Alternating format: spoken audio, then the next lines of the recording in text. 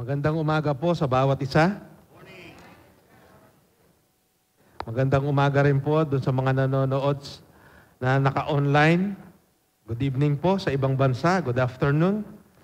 At napakasarap po na narito na naman tayo sa bahay ng ating Panginoon. Amen po ba? Sino ho ba yung tuwing meron tayong gawain dito, tuwing linggo po, na tayo ay pupunta sa bahay ng ating Panginoon ay tuwang-tuwa po, galak na galak yung ating puso. Amen. Ano po? Kanina po nung nag-aawitan tayo, dahil po yung ating mga messages itong buwan ng August, filled with the Holy Spirit, ano po, at yung abiding sa salita po ng ating Panginoon. Habang umaawit po tayo kanina, sino pong nakakadaman nitong yung presensya ng ating Panginoon? Ang sarap po, dapat lang po kasi lagi ko sinasabi sa inyo, buksan po natin yung bibig po natin. Talagang umawit po tayo. Amen? Nandito na rin po tayo. Ako po noon, hirap po ako na umawit. Basta nandyan lang ako, nakaupo ako, pinakikinggan ko lang po. Yung nagpi-praise and worship, at saka yung katabi ko. Later on, noong lagi ko naririnig po sa likuran ng pulpitong ito, pag nandito na tayo, o kahit saan man tayo, buksan po natin yung bibig natin. Gusto pong marinig ng Diyos yung pag-awit natin, yung pagsamba po natin sa Kanya. Kaya nga ginawa niya yung bibig natin eh. Amen po ba? Yan po yung gamit niyan para purihin po natin ang ating Panginoong Jesus. Month of August, ang topic po natin ay patungkol sa kung paano po yung paglago natin sa ating pananampalataya. Growing faith. Ang paglago. Paano nagiging matatag ang ating pong pananampalataya. Alam ko po, magto 2 years na po tayo na nararanasan po natin yung pandemic. Ito sinasabi po nilang pandemic. Itong gawa ng kaaway po natin. Pero nakikita ko po sa bawat isa't isa sa atin, pinagmamalaki ko po sa Diyos ang kapurihan, na tayo dito sa Calvary Temple, hindi po tayo huminto na manambahan sa ating buhay na Diyos. At alam po natin na tuwing tayo po ay lalabas sa ating mga bahay, pupunta sa kanyang bahay-sambahan, tayo po ay protektado. Nananampalataya po tayo na tayo ay protektado ng kanyang banal at makapangyarihan na dugo at selyado tayo ng kanyang banal na espiritu. At walang anumang mga gawain, masasamang gawain ng kaaway na pwedeng manakit sa atin. Amen po ba? Ito po, ganito tayo lumalago. Nagiging matatag tayo sa ating pananampalataya. At nakikita ko po sa dalawang mata ko at nararamdaman ko na marami pang gagawin na milagro ang Diyos sa bahay-sambahan na ito. Nag-uumpisa pa lang po ang Diyos. Nakikita natin sa ating sarili kung paano po tayo ngayon nagtitiwala. Pinanghahawakan natin ang salita ng Diyos na hindi niya tayo pababayaan. Hindi niya tayo iiwan. Amen po ba? Growing faith. Sino po sa inyo ngayon na nakita niya sa sarili niya na nagiging matatag ka o lumalago ka sa iyong pananampalataya? Pwede ho bang itaas ninyo ang inyong mga kamay? Praise God. Salamat po. Noong unang Sunday po, ang una nating pinag-aralan ay patungkol po sa kung paano po tayo mapuspos ng banal na espiritu.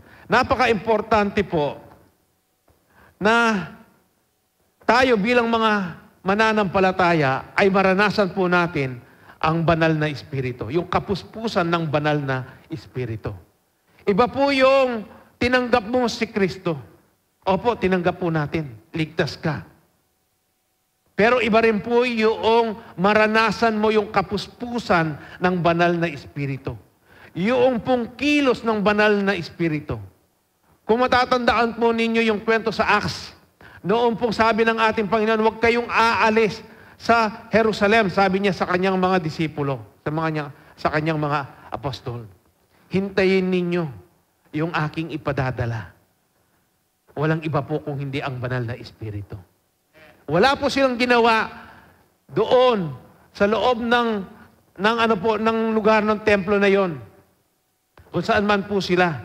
At wala po rin silang ginawa siguro doon kung hindi pagkwentuhan yung mga ginawa ng ating Panginoong Hesus. At habang sila ay nagkukwentuhan, nagsishare, dumating po ang banal na Espiritu sa kanila. At doon po, nagsalita po sila ng iba-ibang wika. Dahil nga, itong mga tao sa labas, narinig nila yung mga kanilang mga wika. Naintindihan nila kung ano yung mga sinasabi doon sa loob noong silid na yon. At yung mga iba, nanuya po sila. Ang aga namang mga lasing nito, nakainom. Pero ano po ang nangyari? Ginawa ni Peter, tumayo po siya. Nagsalita siya. Dahil puspos siya ng banal na Espiritu, ilan pong kaluluwa ang tumanggap nung araw na yon? 3,000. 3,000. Sunod-sunod po yan. Marami pong mga kaluluwa ang tumanggap kay Kristo. Bakit po? Dahil puspos po ng banal na Espiritu ang mga disipulo, ang mga Kristiyano noon. Even doon po sa pinapatay na sila. Kung babasahin po ninyo ang buhay ng mga Kristiyano noon, yung church history, pinakakain po sila sa mga leon. Pero walang umaatras po sa kanila. Umaawit pa rin sila. Nagpupuri pa rin sila sa ating Panginoon. Yan po yung nagagawa kapag ikaw ay puspos ng banal na Espiritu. May tapang ka. Hindi mo gagawin na tatalikuran mo ang Diyos mo. Na alam mo na siya ang magliligtas sa iyo. Kahit na kainin ka pa ng leon, alam mo, makakasama mo siya doon sa buhay na walang hanggan. Yan po yung katapangan ng mga Kristiyano noon. Ang mga disipulo po, marami silang mga naranasan na mga kasakitan, na mga pagsubok. Matitindi po yung sa kanila. Tayo, wala pa po tayo sa puntong ganyan. Pero nagpapasalamat po tayo sa ating Panginoon na ngayon, nabubuksan po yung ating puso, yung ating kaisipan. Inuunawa na po natin ngayon. Nauunawaan na po natin ngayon kung ano ang tunay na mananampalataya kay Kristo. Handa niyang ipagkaloob ang kanyang buhay. Handa siyang lumabas sa kanyang tahanan para sumamba siya. Pumunta siya sa templo ng ating Diyos. Para sambahin siya. Alam niya kasi, alam po ninyo na kayo ay protektado ng banal at makapangyarihan na dugo ng ating Panginoong Yesus. Kaya nga po ito yung nagagawa kapag tayo po ay puspos ng banal na Espiritu. Maaalis po yung mahiyain po natin. Kaya po natin na i-share ang salita ng ating Panginoon. Last Wednesday po, kung narinig ninyo yung isang nagpatotoo po natin ng kapatid dito, bibili lang ng cellphone. Pero anong ginawa niya? Sinyer niya pa rin ang salita ng Diyos doon sa mga sales lady. Yun pala, hindi niya alam. Meron palang dating, doon, Kristiyano nanlamig. Pero ano po nangyari? Dahil ginawa niya, meron siyang boldness. Sinunod niya yung bulong ng banal na Espiritu. Isang kaluluwa po ang nanumbalik muli sa ating Panginoon. Hindi ba mahalaga yon, mga kapatid? Yan po yung nagagawa ng banal na Espiritu kapag puspos po tayo. Madali po natin siyang mapakinggan. Madali po natin sundin yung kanyang pinagagawa. Filled with the Holy Spirit. Pangalawa pong Sunday, ano po yung ating topic? abiding in God's Word. Kapag ikaw po ay nag-a-abide, sumusunod, sinusunod mo, ipinamumuhay mo ang salita ng Diyos, hindi ka isang mahina o talunan na Kristiyano. Dahil, dahil yung mga salita niya ay nasa puso mo, ipinamumuhay mo, nagmamanifest sa buhay mo, ginagawa mo, at nakikita yan ng iyong mga taong nasa kapaligiran mo. Iba po yung nag-a-abide talaga sa salita ng Diyos. Gusto po nating maranasan pa, lubusan po nating maranasan ang blessing ng ating Panginoon. Abide, sumunod, sundin mo, sundin natin ang kanyang mga salita. Ipamuhay po natin. Amen po ba? At ngayon naman pong linggong ito, paano lalago pa yung ating pananampalataya? Dapat maranasan po natin yung kapuspusan ng banal na Espiritu. Dapat nag-a-abide, sumusunod tayo sa kanyang mga salita. Ang pangatlo po, intimate with the Lord. Pag sinabi pong intimate with the Lord, yung bang ikaw ay close. Close na close, hindi lang close. Close na close ka. Ano po? Special po ang Diyos sa iyo. Inseparable. Hindi ka maihiwalay. Hindi mo pwedeng ihiwalay yung sarili mo. Dahil nga gusto mo lagi mong kasama ang ating Panginoon o ang banal na Espiritu. Ito po yung sinasabi dito na intimate with the Lord. Ano po ang sabi ng 2 Corinthians 5:18 hanggang 19? God has done all this. He has restored our relationship with Him through Christ and has given us this ministry of restoring relationships.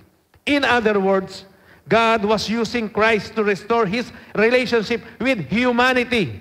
He didn't hold people's faults against them. And He has given us this message of restored relationship to tell others. Panginoon, salamat po muli sa araw na ito na ibinigay mo, Panginoon Diyos. Salamat sa panibagong buhay na ipinagkaloob mo po sa amin. Salamat sa kalakasan, sa malalakas naming mga pangangatawan, Panginoon Diyos. Dahil ito po yung purpose nito, upang sambahin ka namin, Panginoon Diyos. Panginoon, salamat sa dakila mong pag-ibig, yung unconditional love mo sa bawat isa't isa sa amin. Salamat po, Panginoong Jesus, doon sa ginawa mo sa krus ng Kalbaryo. Salamat po sa katapangan ng aking mga kapatid na patuloy na pumupunta sa iyong bahay-sambahan upang sambahin ka, Panginoon Diyos. Patunay lamang na na-experience nila, Panginoon, yung paggabay mo, pagprotekta mo sa kanila, Panginoon. Lord, dalangin ko rin po yung mga nanonood sa kanilang mga tahanan na naka-online, Panginoon Diyos. Lord, I pray, you touch them, Lord, Panginoon Diyos. Kung ano man po ang mensahe mo sa kanila, sa umagang ito, nawa, Panginoon, maiukit sa kanilang mga puso, Panginoon. Yung mga first time po na makarinig ng iyong banal at makapangyarihan at buhay na salita, sa umagang ito, sa pamamagitan ng online, Panginoon. Lord, nag-i-speak po kami ng salvation sa Kanya, na maranasan po nila ang iyong pag-ibig sa kanila, Panginoon Diyos. Lord, maraming salamat po. Dalangin ko rin po yung may mga kabigatan sa kanilang mga puso. Lord, ano man po yung mga problema, ano man po yung mga pinagdadaanan nilang pagsubok sa kanilang buhay, amin pong idinudulog ito sa inyo. Inilalatag sa inyong paanan. Alam po namin, Panginoon, pag pinagkaloob namin ito sa inyo, magiging magaan ang aming mga puso. Magkakaroon kami ng kapayapaan, Panginoon. At alam namin na may kasagutan ang lahat ng mga ito, Panginoon Diyos. Lord, maraming salamat po. Banal na Espiritu, kayo ang kumilos sa aming kalagitnaan. Malaya po kayong kumilos sa aming kalagitnaan. Maraming salamat po. Lukuban mo po ako ng iyong banal at makapangyarihan na dugo. Anoint me. Ang salita mo, ang siyang magiging salita ko, Panginoon. Salamat po, Panginoon Diyos. Salamat, salamat. Amen. Amen. God has done all this. Ano ba ang ginawa ng Diyos? Ano ba yung sinasabi niyang ginawa niya? He has restored our relationship with Him through Christ. Ito po yung ginawa ng Diyos. Isinugo niya, ibinigay niya ang kanyang bugtong na anak para ano po? Para nga ma-restore uli yung relationship natin sa Kanya na nasira ng kasalanan. Hiniwalay po tayo noon, nahiwalay po tayo dahil sa kasalanan. Kaya nga, yan yung pag-ibig ng ating Diyos. Kanyang isinugo ang kanyang bugtong na anak para ma-restore po yung relationship natin sa Kanya. God was using Christ to restore His relationship with humanity. Noon pa po, ito yung gustong ipadama, ipakita ng Diyos Ama na yung kanyang bugtong na anak na kanyang isinugo, na napako sa krus ng Kalbaryo. Ito yung gustong makita ng Diyos ng mga tao. Pero, ang dami pa po. Ang dami pa na ayaw po nilang bigyang pansin ang ginawa ni Kristo doon sa krus ng Kalbaryo. Kaya nga po, napakakitid ng papunta sa langit eh. Napakalawak ng papunta sa impyerno. Sa kasalukuyan po nakikita natin ngayon. Ano ba ang nangyayari sa ating mundo? Nakikita po natin ngayon na tayo, dati, yung mga iba po sa atin, na malalamig ang ating pananampalataya. Come and go lang po tayo. Simba, uwi lang tayo. Pero ngayon, nakikita po natin, ipinapaunawa ng banal na Espiritu sa atin kung ano yung gustong mangyari, kung ano yung gustong madama natin ng Diyos Ama. Yung ginawa ni Kristo doon sa krus ng Kalbaryo. Yung ni-restore niya, ipinumbalik niya yung relasyon natin sa Kanya. Dapat po, nauunawaan natin ito. Kung yung intimate with the Lord, dapat alam po natin, inuunawa natin talaga ito. Binibigyan po natin ng pansin. Hindi lang po yung pagpunta natin, pag tuwing linggo nandito lang tayo, makikinig tayo ng salita ng Diyos, pagkatapos wala na. Hindi po yun ang intimacy.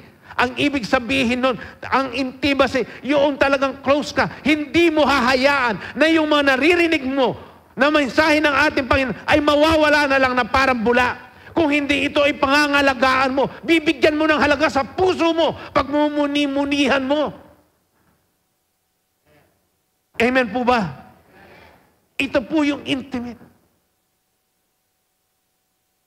Sino ho ba yung kanina habang nagpe-praise and worship? Nararamdaman niya kung gaano kalapit ang banal na Espiritu, ang Panginoong Hesus sa kanya. Kaya nga po, kapag malapit ka sa Diyos, ano po yung inaasam mo? I-worship mo siya. Magpe-praise ka. Mananalangin ka. Sasaliksikin mo. Hahanapin mo ano yung mga counsel, yung mga payo niya sa iyo. Babasahin mo ang salita niya. Ganyan po yung ibig sabihin ng intimate. At ikaw naman, kapag ikaw ay malapit na malapit sa ating Panginoon, kahit na sinong taong kausap mo, nagagalak ang taong yon. Nai-encourage siya. Nabibigyan siya, nadadama niya. Merong ibang espiritu. May kalakasan na nararanasan niya. Dahil kausap ka niya. Dahil ikaw ay puspos ng banal na espiritu. Yan po yung isang mananampalataya na napakalapit sa ating Panginoong Yesus. Ang gusto mo lagi kang nasa presensya ng ating Panginoon. Ang gusto mo, kung ano yung puso ng ating Panginoong Yesus, yun yung puso mo. Yun po yung intimate. Kung ang Panginoong Yesus, mahal na mahal niya yung mga makasalanan, dapat tayo ganun din tayo. Kung ang Diyos marunong magpatawad, ang Panginoong Hesus marunong magpatawad, dapat tayo, marunong tayo magpatawad. Dapat sa sandaling ito, kung meron ka pang unforgiveness, dapat i-release mo na yan para maging malapit ka. Maranasan mo pa ang presensya ng ating Panginoon.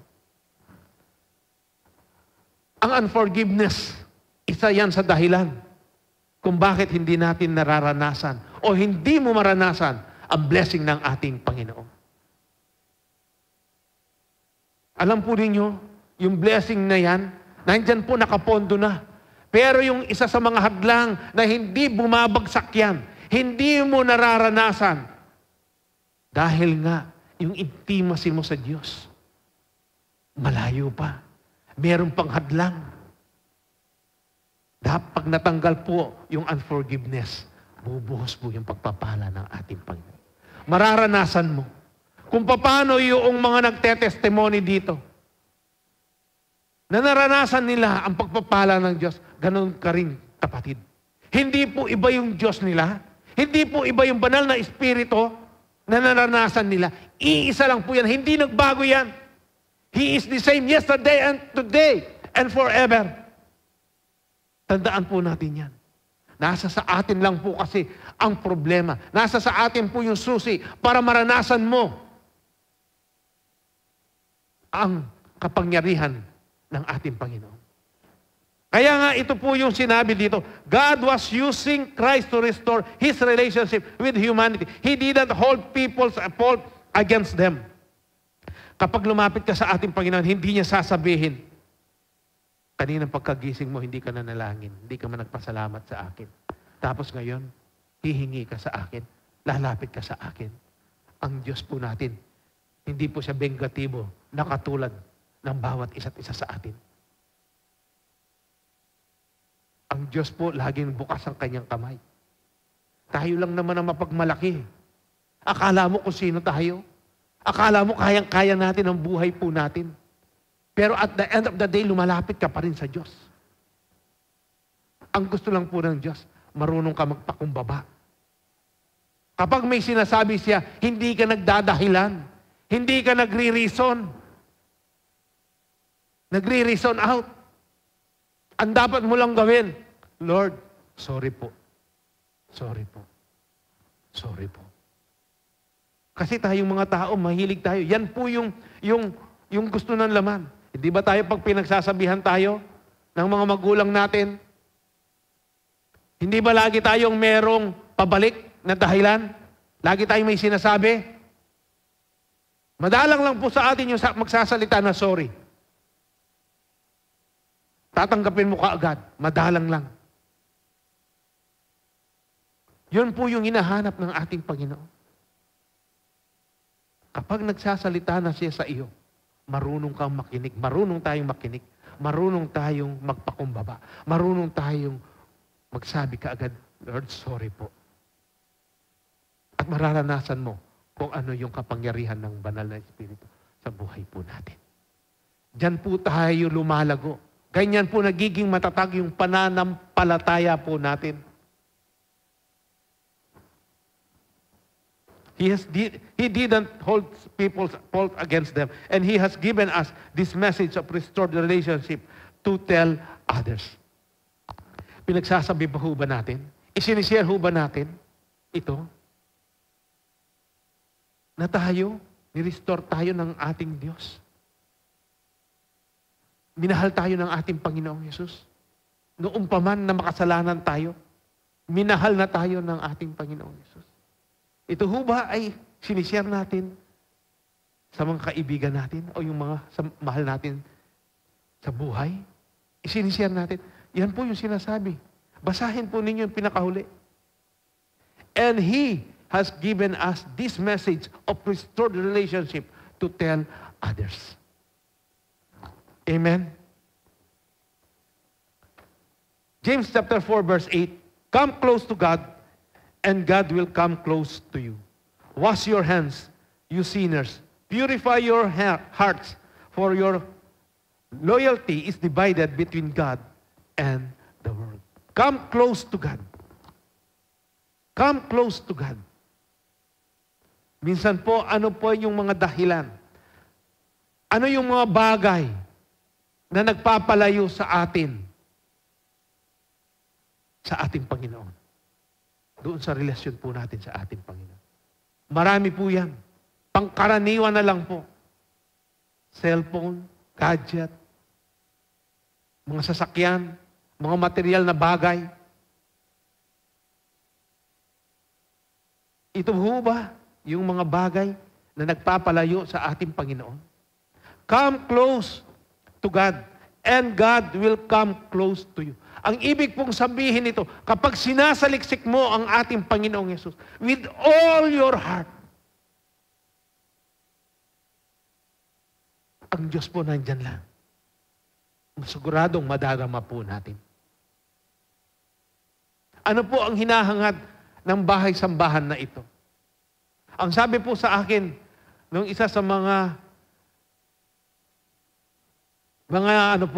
naging CEO na member po. Isa po siyang pastor. Umuwi na po siya sa ating Panginoon. Ang sabi niya, ang gusto kong makita sa church natin, pastor, ay kung paano yung mga noong 70s, 80s, na yung banal na espiritu ay bumababa dito. At maraming mga may karamdaman ang gumagaling. Ang dinadala dito at gumagaling. Totoo po yun.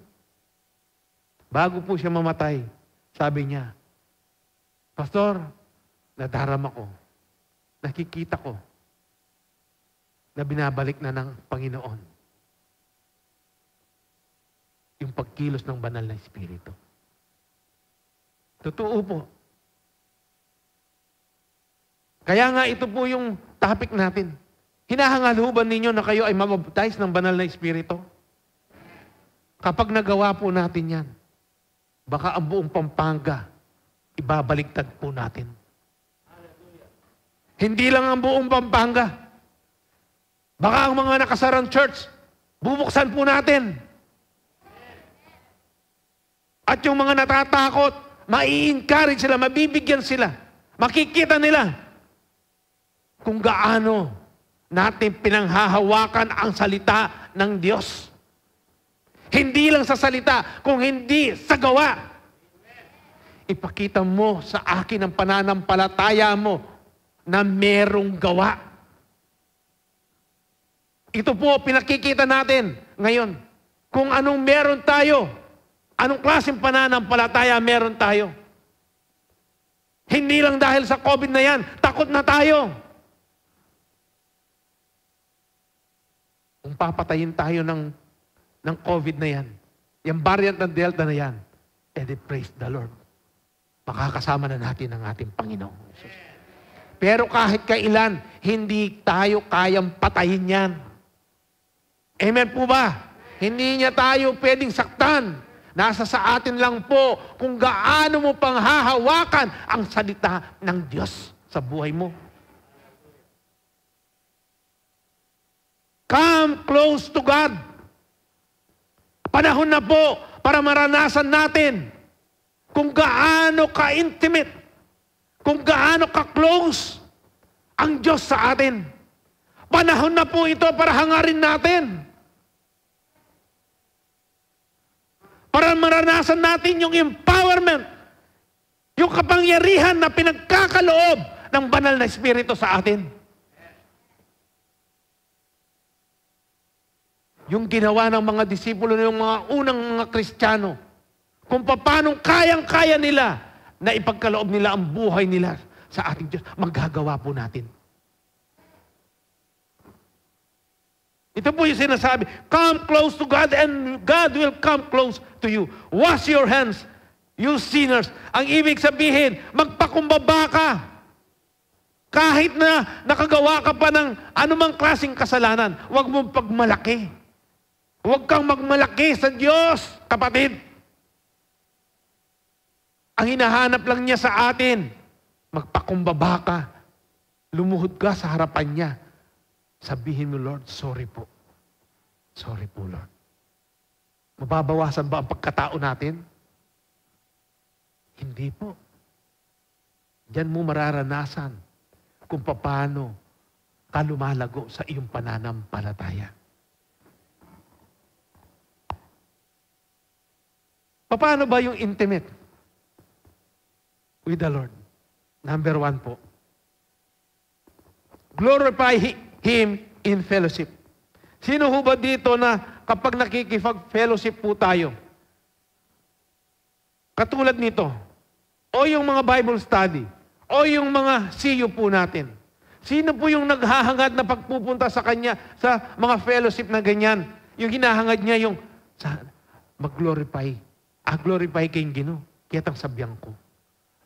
Mag-glorify ko sana ang Diyos. Ma-encourage sana o makapagbigay ako ng encouragement sa aking mga kapatid. Yung makakasama ko sa Bible study, sa CU. Sino po yung naghahangad na ganun? Ano ba ho ang sinasabi dito? Glorify Him in fellowship. 2 Corinthians 13:14. May the grace of the Lord Jesus Christ and the love of God and the fellowship of the Holy Spirit be with you all. Tingnan po ninyo, pagmasdan ninyo ito. May the grace of the Lord Jesus Christ and the love of God and the fellowship of the Holy Spirit be with you all. Dapat pala, kapag nagpe-fellowship tayo, kapag nagkakaroon tayo ng pagsama-sama o pagtitipon-tipon na katulad nito, maranasan po natin yung biyaya ng Diyos, yung grace ng ating Panginoong Jesus. At naranasan natin, nadarama po natin yung pag-ibig ng Diyos sa bawat isa't isa sa atin. At ano po, yung presensya ng banal na Espiritu. Amen po ba? Ito po yung hangarin natin. Sa mga fellowship po natin. O po, nandyan po yung katuwaan, yung biruan. Ano po? Pero dapat, number 1 po nating hinahangad. Itong sinasabi ng James, ng 2 Corinthians chapter 13, verse 14. Amen po ba? Kaya, tingnan po ninyo, nabubuksan po yung ating kaisipan, yung ating puso. Ito pala yung dapat. Kapag nag-fellowship tayo, merong pagkain, hindi po nakatuon yung kaisipan natin, yung appetite natin doon sa pagkain na dala-dala na mga kasamahan natin o yung dala-dala natin. Kung hindi dapat, ang number 1 na ating ninanais ay yung makasama natin, maranasan natin ang banal na Espiritu. Maramdaman natin yung pag-ibig ng Diyos. Maranasan natin yung biyaya ng ating Panginoong Yesus. Amen po ba? Kaya pag nagpe-fellowship po tayo ngayon, yan po yung hangarin natin. At alam ko po, lalago tayo. Kapag yan po ang ating adhikain, yung pagnanasa po natin, hallelujah, magiging matatag po ang bawat isa't isa sa atin. 1 John chapter 1 verse 3, we proclaim to you what we have seen and heard, so that you also may have fellowship with us. And our fellowship is with the Father and with His Son, Jesus Christ. We proclaim to you. Tayo po, pinoproclaim ba natin sa iba? Kung ano ho ba yung nakita natin, ano ba yung narinig natin? Narinig natin kung gaano tayo kamahal ng ating Diyos. Narinig po natin, naranasan natin kung ano yung ginawa ng ating Panginoong Jesus sa krus ng Kalbaryo. Ito ho ba ay ating ipinamamalita sa iba? Kapag tayo ho ba ay nagsasama-sama, tayo nagtitipon-tipon, ang sabi po dyan, and our fellowship is with the Father and with His Son, Jesus Christ. Ang unang-unang dapat nating maranasan pag tayo ay nagtitipon-tipon ay yung makasama po natin o kasama po natin ang ating Panginoong Yesus. Para alam po ninyo, pag ganito yung ating mindset, yung puso po natin, pagkatapos ng fellowship natin, siguradong masayang-masaya tayo lahat. Hindi mo makokontrol yun. Hindi pwedeng hindi mo pagsasabi. Amen. 1 Corinthians chapter 1 verse 9, God is faithful. God is faithful. Ang Diyos po ay tapat. Ang Diyos po ay tapat. Parang hindi po ata ninyo nararanasan na ang Diyos ay tapat sa inyo.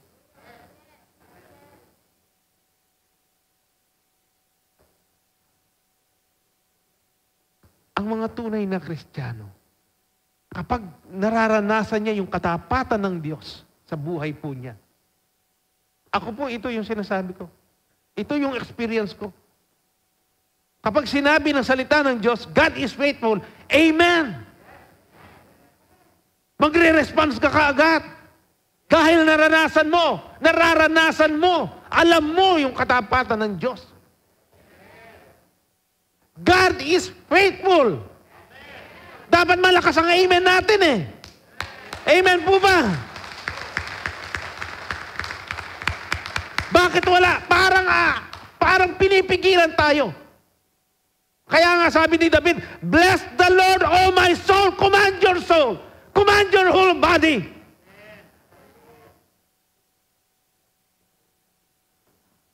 How intimate. Gaano ka ka-close sa ating Diyos. God is faithful, who has called you into fellowship with His Son, Jesus Christ our Lord. Yan po yung ating Diyos. Amen po. Dito pa lang po, nabubuksan na, mararanasan natin, masasabi natin sa sarili natin, gaano nga ka-intimate ang sarili ko sa Diyos. God is faithful. Amen. Pwede po natin pagsigawan yan. Hindi tayo mahihiya. That is how we grow in our faith. Ang salita ng Diyos, ano ba? Alive, mabisa, buhay. And every time we hear the Word of God, yung gospel niya, dapat lagi tayong merong katuwaan na sasabihin na sasagot tayo, Amen, Amen, dahil totoo ang salita ng Diyos.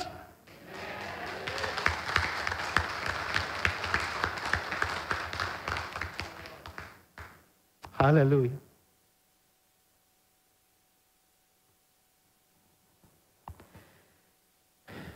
God is faithful, who has called you into the fellowship of with His Son, Jesus Christ our Lord. Sa Acts chapter 2, verse 42, they devoted themselves to the apostles' teaching and fellowship, to the breaking of bread, and to prayer. They devoted, inilaan po nila yung kanilang mga sarili. Saan? Doon sa mga katuruan ng mga apostles. Ito po, ano ho ba yung mga nababasa natin dito? Ano ba itong mensahe ng ating Diyos sa atin? Dapat ganito po rin po yung ginagawa natin. I-devote po natin. I-devote po natin. Ibigay natin. Pagmuni-munihan natin ang salita ng Diyos. Huwag tayong magsawa. This is the day that the Lord has made. And we will rejoice. Habang pinakikinggan po natin ang kanyang salita, dapat masaya tayo. I-devote po natin yung sarili natin. Yung kaisapan natin, 100% na nakikinig tayo. Inuunawa natin. Nginunguya natin. Inilalagay natin dito sa puso natin ang salita ng Diyos. Para hindi tayo kayang pitik-pitikin ng kaaway. Na magiging matatag po tayo. Hindi natin pwedeng sabihin, Lord, bakit po nangyayari ito sa akin? Kung sinagot ka ng Diyos, kung sasagutin ka niyang diretsahan, bakit nangyayari sa iyo yan? Sino may kasalanan? Hindi ikaw.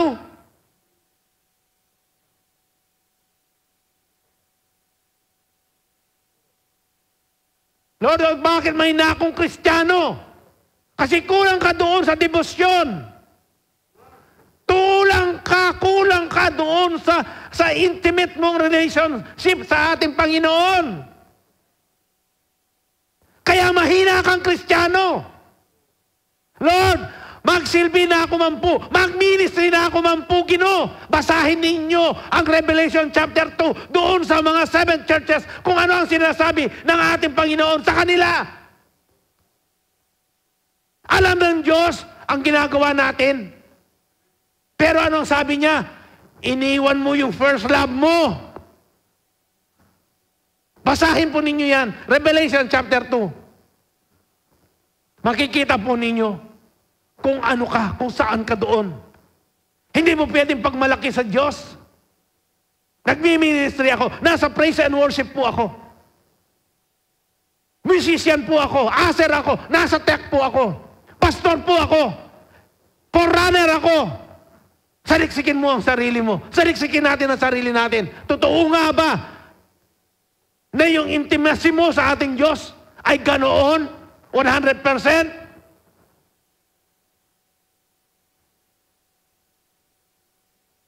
Marami pong nagkakamali sa atin. Kaya ngayon palang binubuksan na ng Diyos yung pangunawa natin, yung kaisipan natin. Kung ano talaga ang ibig sabihin ng bawat salita niya. Kung hindi tayo nagbibigay ng panahon para saliksikin pagmuni-munihan ng salita niya, mga kapatid, kahit kailan hindi tayo mag-grow, hindi magiging matatag ang pananampalataya mo. Gagawin ka lang ng katatawanan ng kaaway.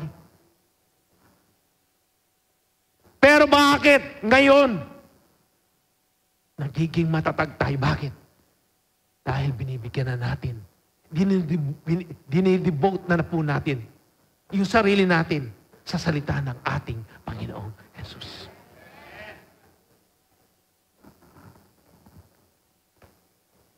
Hebrews chapter 10 verse 25, and let us not neglect our meeting together as some people do, but encourage one another, especially now that the day of His return is drawing near.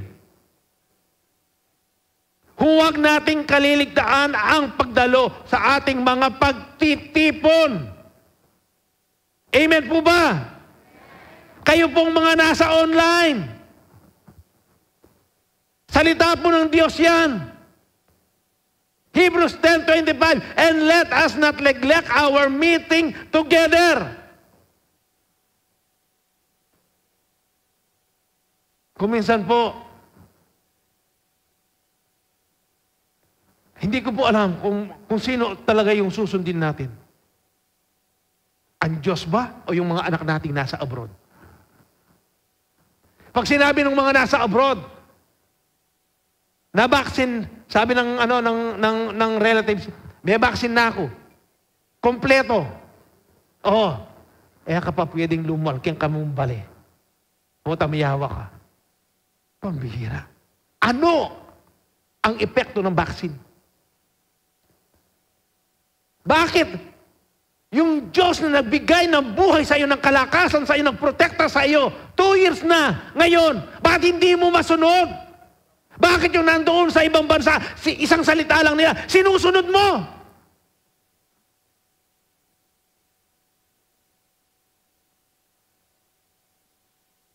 Nakukuha po ninyo? Naunawaan ninyo ako?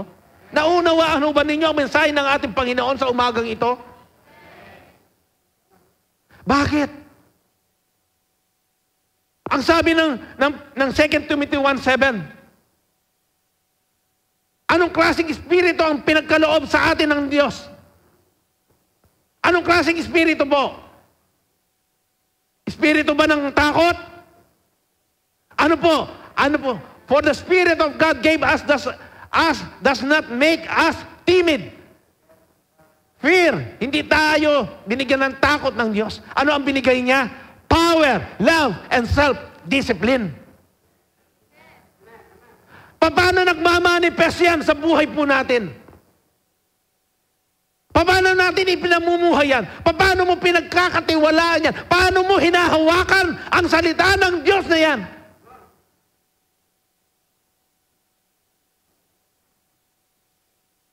Ito po yung realidad ngayon. Hindi lang po tayo basta-basta Kristiyano.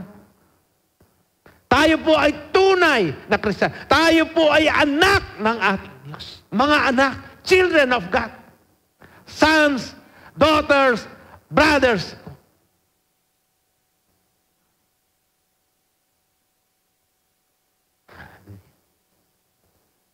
Ito po yung mensahe ng ating Panginoong Yesus. Kung talagang pinaniniwalaan mo siya, na siya ay makapangyarihan na Diyos, susunod ka. Susundin mo. Ipamumuhay mo ang salita ng atin. At sasabihin ko po sa inyo, hindi po sinungaling ang ating Diyos. Tayo lang ang sinungaling. Hindi ang Diyos natin.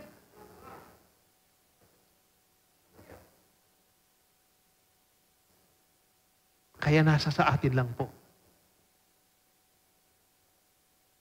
Alam po natin. Alam kasi ng kaaway kung ano yung kahinaan natin. Kaya doon tayo tinitira. At dapat doon sa kahinaan mo na yun, makita mo yung kapangyarihan ng Diyos sa iyo. Dapat makita mo, magamit mo yung authority na pinagkaloob sa iyo ng Diyos. Luke 10:19. Umupo ka lang ngayon ng konti. Takot na yung pumapasok sa puso po, sa damdamin, sa isip natin. Sa isip ng mga tao. Magpapa-check up sila. Nilagnat lang. Magpapa-check up na yan. Noong walang COVID, nilagnat ka na nga, inuubo ka na nga. Hindi ka na nga makahinga minsan, nasa bahay ka pa rin. Nagpapahinga ka lang. Ngayon nagka-COVID, nagkaroon pa ng Delta. Kinukuha mo, may ngalambot ka mo, dala mo ko hospital. Edo ka po ay admit, hanggang niya ko po papaswab. O sige, swab. Positive, wait na.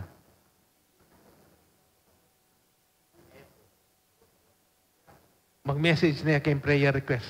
Pag nandiyo ko po. Kapatid, kung inuna mo ang Diyos, kung ginamit mo yung authority mo, hindi ka makakarating sa ganyan. Ano yung isang illustration ni Pastor Manny kagabi? Alauna, matutulog siya, may dumating sa bahay nila. Merong karamdaman, pumunta sa mga hospital dahil puno na raw lahat ang mga hospital ngayon. Hindi siya pwedeng tanggapin. Pumunta siya doon kila Pastor Manny. Ipinanalangin po siya. Ginamit niya yung authority niya. Pinaniwalaan niya ang salita ng Diyos. Isaiah 53 verse 5. Sa pamamagitan ng latay, ng mga sugat ng ating Panginoon, magaling na tayo pagka-uwi niya. Ano ang nangyari doon sa tao niya? Pag-uwi niya, magaling na siya.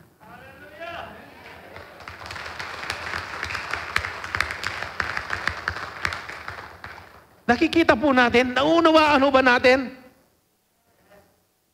Sino ang dapat, ano yung dapat unang-unang papasok sa isip po natin kapag merong binibigay o ibinabato ang kaaway ng karamdaman sa bawat isa't isa sa atin? Hindi po kaagad yung takot, hindi yung doktor, hindi si COVID ang pupunta sa isip mo, kung hindi ang Diyos mo. In the mighty name of Jesus, sinusuway kita, tinatanggal, tinutunaw kitang karamdaman ka, ubo, ano man yan, ubo man yan, sipon man yan, lagnat man yan, trangkaso man yan, pneumonia man yan, COVID man yan. In the mighty name of Jesus, walang ibang pangalan na ipinagkaloob sa ilalim ng langit na ito na merong kapangyarihan na magbigay ng kaligtasan at magpagaling sa ating mga kasalanan, magtaboy ng mga masasamang espiritu, kung hindi lang ang pangalan ng ating Panginoong Jesus.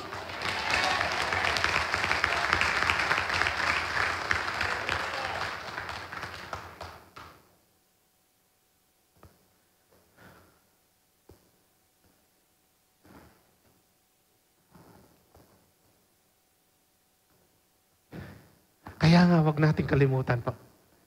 And let us not neglect our meeting together. And some people do. but encourage one another, especially now that the day of His return is drawing near. At sa ngayon, sa panahon na ito, na malapit na ang pagdating ng ating Panginoong Jesus. Hindi ho ba napakasarap? Kasama natin ang ating mga pamilya. Kasama namin kayo. Kasama natin ang bawat isa't isa. Pag dumating ang ating Panginoong Jesus, makakasama natin siya. Naririto tayo. Nagbabalakasan.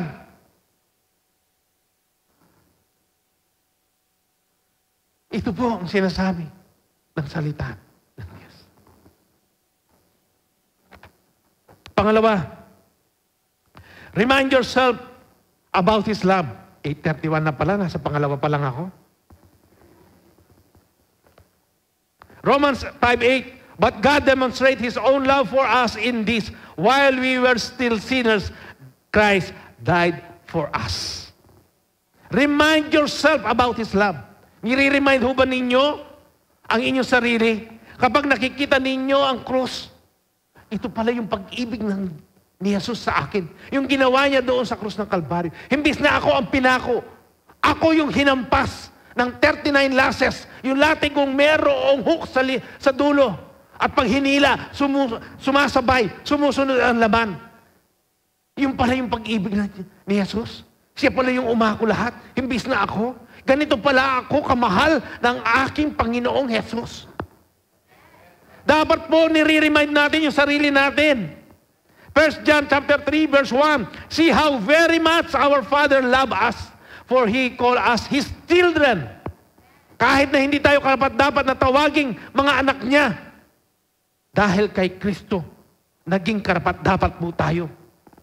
Kaya meron tayong karapatan na tumawag sa Kanya ng Abba, Father.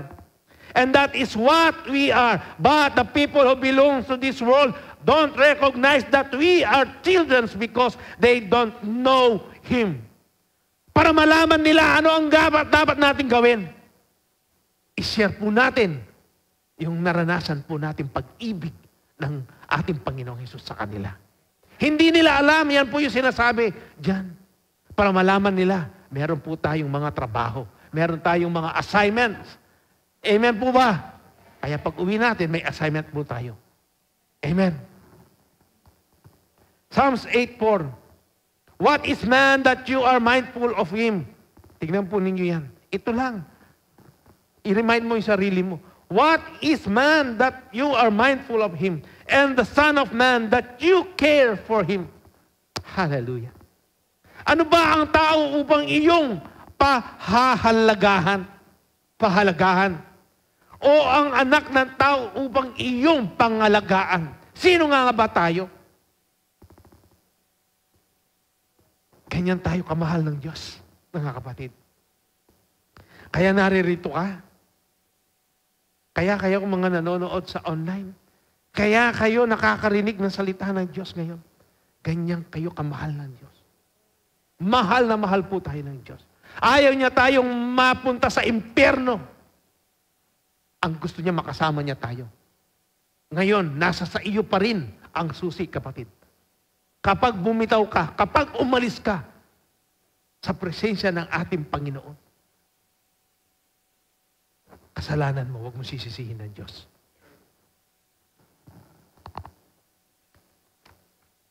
Isaiah 49:15-16.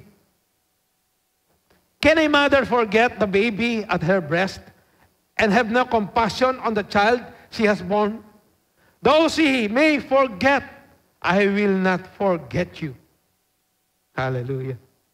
See, I have engraved you on the palms of my hands. Your walls are ever before me.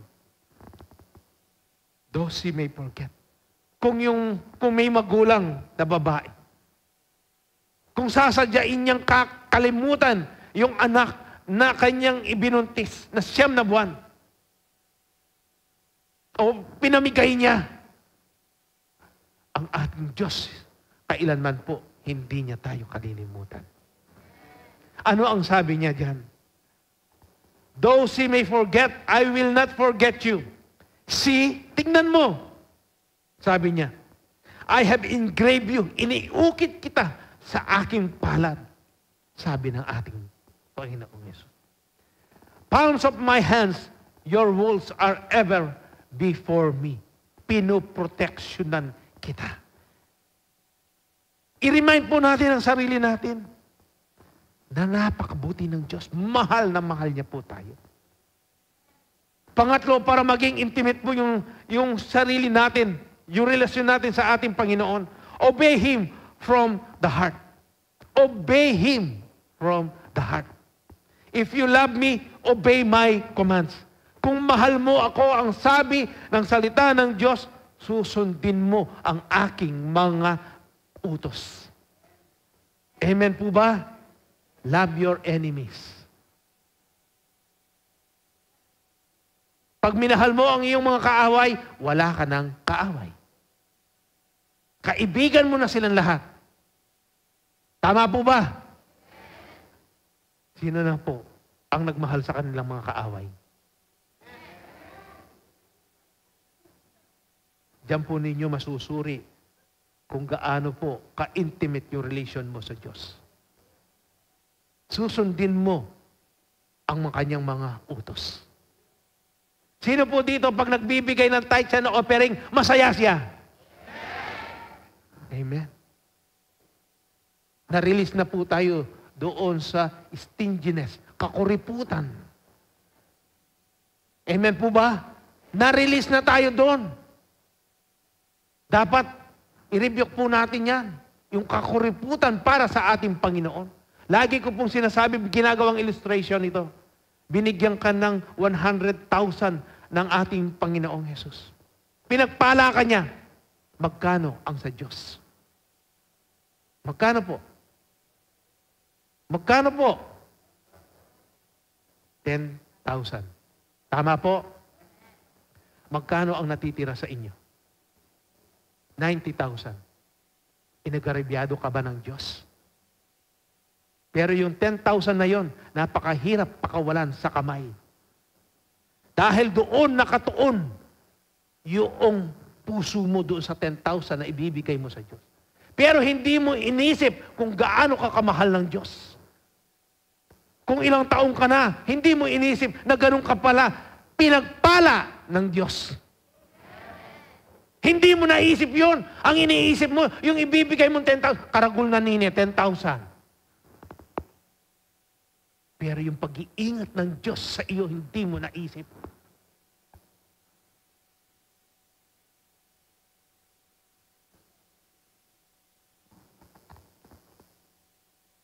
Ito po yung sinasabi, obey Him from the heart.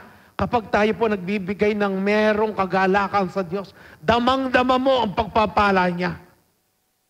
He will protect you from the devourer. Sa Malakay 3:10-11. Talagang poprotektahan ka po ng ating Panginoon. May business ka, poprotektahan niya yan. Meron kang trabaho, meron kang rice field, poprotektahan po ng ating Panginoon niya. If you obey Him with all your heart. 1 John chapter 2, verse 3-5. And we can be sure that we know Him if we obey His commands. If someone claims, I know God, but doesn't obey God's commandments, that person is a liar and is not living in the truth. But those who obey God's word truly show how completely they love Him. That is how we know we are living in Him. Nakakatiyak tayong nakikilala natin ang Diyos kung sinusunod natin ang Kanyang mga utos. Maliwanag po? Nakakatiyak tayo, kayo, ikaw at ako, na ang Diyos ay sinusunod natin kung ano po, kung ginagawa natin, sinusunod natin ang Kanyang utos. Ang nagsasabing nakikilala ko siya, ngunit hindi naman sumusunod sa Kanyang mga utos ay sinungaling. Wala na po sinungaling sa atin. Ano po? Marami pa.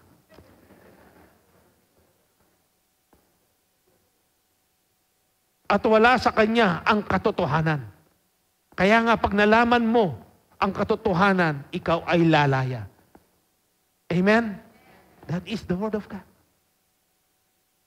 Ngunit ang tumutupad sa salita ng Diyos ay umiibig ng wagas sa Diyos. Sa ganito, nalalaman natin na tayo talagang nasa Kanya.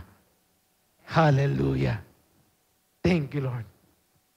1 John chapter 5, verse 3, loving God means keeping His commandments, and His commandments are not burdensome. Hindi po mabigat. Hindi kabigatan ang mga utos ng ating Panginoon. Nagiging mabigat lang yan dahil ayaw mo lang sumunod sa Kanya. Ang gusto mo lang yung pagpapala niya, pero yung pagsunod, ayaw mo. Kaya nga po yung sinabi ko sa inyo, 90,000 sa iyo, 10,000 lang ang sa Diyos. Pero binibigyan mo ng kahalagahan, yung 10,000 na ipinagkakaloob mo, ibibigay mo sa Diyos. Yung 90,000 hindi mo nakita, hindi mo binigyan ng halaga. 1,100,000.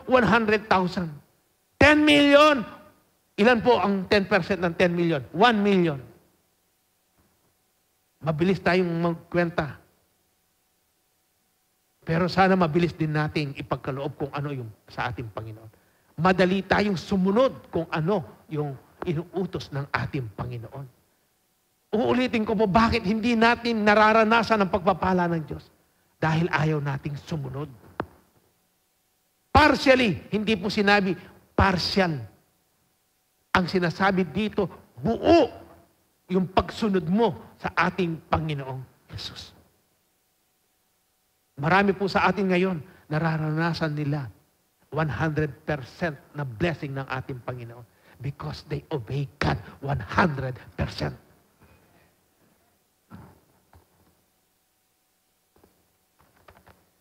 1 John 4:19, we love because He first loved us.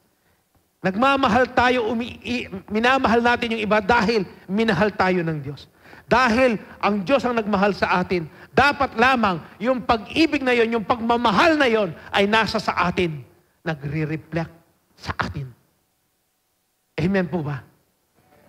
Pang-apat, panghuli, walk constantly with His presence. Exodus 33:15, 16. Then Moses said to him, if your presence does not go with us, kung ang iyong presensya ay hindi kami sasamahan, o hindi namin mararanasan, do not send us up from here. Huwag mo na kaming isugo o dalhin doon. Ano po ang sabi sa 16? How will anyone know that you are pleased with me? Paano malalaman ng iba kung ikaw ay nagagalak o natutuwa sa akin? And with your people at sa iyong mga tao, sa iyong mga anak, unless you go with us. Ito po, ganito po, binibigyan ng kahalagahan ni Moses yung presensya ng ating Panginoon. Paano nga? Ano ang sabi? What else will distinguish me and your people from all the other people on the face of the earth? Ano ang magiging pagkakaiba namin kung wala yung presensya mo? Kaya nga, kakaiba tayong lahat sa mga tao sa labas. Bakit? Dahil si Kristo ay nasa sa inyo, nasa sa atin. Ang banal na Espiritu ay nasa sa atin. Greater is He that is within us than he who is in this world. Amen po ba? Kaya nga nasasabi nila, bakit ganito na ang panahon? Bakit masaya pa kayo? Kakaiba nga tayo eh. Dahil ang presensya ng Diyos ay nasa sa atin. Si Jesus ay nasa sa atin. Yan ang pagkakaiba natin. Kaya kayang-kaya nating tawanan ang mga problema natin. Dahil alam natin, merong isang Diyos na kasama natin, na siya yung bibitbit, siya yung magdadala, siya yung magbibigay ng mga kasagutan ng mga problema natin. Siya yung kagalingan natin. He is our great physician. He is our great healer. He is our great provider.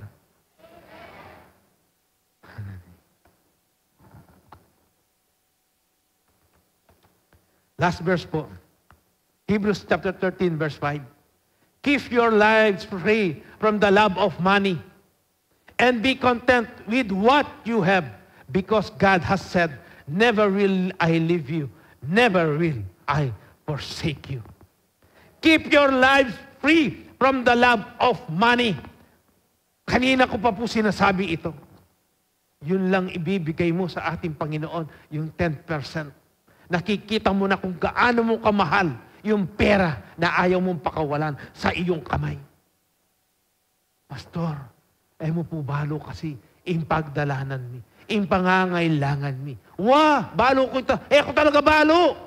Pero pero ang Diyos natin, alam niya kung ano yung pangangailangan mo. Ang gusto lang niya, sumunod kayo, sumunod tayo kung ano yung utos niya. Gawin lang po natin. Ito yung kulang natin. Ito yung ayaw natin patunayan sa sarili natin. Ang gusto natin kasi, sigurado.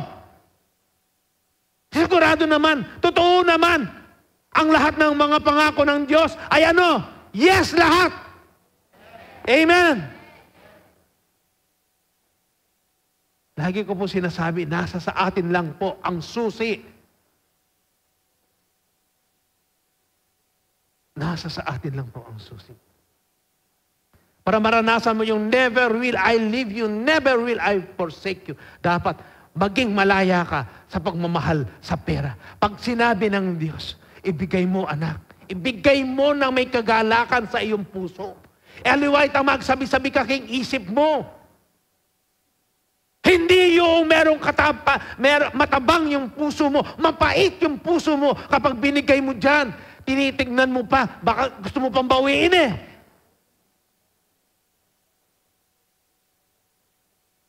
Hindi dapat ganun ang puso natin. Kaya nga, free from the love of money and be content with what you have. Ano ba ang meron sa iyo? Yung 90,000, hindi ka ba sapat doon? Hindi ba sapat sa iyo yon? Binigyan ka ng 1,000, binigay mo 100. Yung 900, nasa sa iyo. Hindi ba sapat sa iyo yung kapatid? Pastor, masakit imbiyay ngeni. O nanong ngeni nung masakit? Ang Diyos mo mabiyaya. Balo na nung naning pangangailangan tamo. Kailangan mo kumilos ka. Paniwalaan mo kung ano ang sinasabi ng ating Panginoon. Ng salita niya. Dito po natin makikita yung sarili natin. How intimate we are with God. Gaano ba tayo kalapit? Gaano ba tayo ka-close? Gaano ba natin pinapahalagahan ang salita ng Diyos? Gaano ba natin ito ipinamumuhay? Paano ito nakikita ng mga tao sa buhay po natin? Amen po ba? Kaya nga po, intimate with the Lord, kailangan po natin ang apat na ito. Glorify Him in fellowship. Remind yourself about His love. Obey Him from the heart. Walk constantly with His presence. Kapag ikaw po ay lumalakad, kasama mo lagi ang ating Panginoon. Hallelujah. The Lord is my shepherd. I shall not be in want. Ang Diyos ang aking dakilang pastol at hindi ako mangangailangan. Amen po ba? Hallelujah. Pagpalain po ng Diyos ang kanyang mensahe sa umagang ito. Tatanggap po tayo ng banal na communion. Alalahanin po natin. Sabihin natin sa sarili natin, yan yung pagmamahal ni Jesus sa akin. Amen po. Sige po, tayo pong lahat ay tumayo. Habang tayo po ay inaawitan ng ating mga praise and worship,